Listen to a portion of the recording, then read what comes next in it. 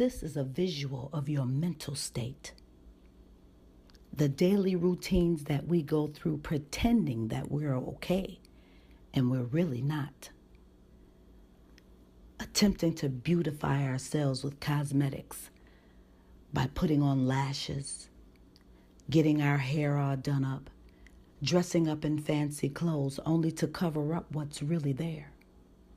Trying to cover up shame. Trying to cover up the pain. Trying to cover up psychological, mental, and some physical abuse. Trying to cover up anxiety, depression, and even feelings of being overwhelmed, feeling tired, feeling alone, and even feeling sad. Nobody really knows how much you're really hurting deep down inside because you keep it well hidden.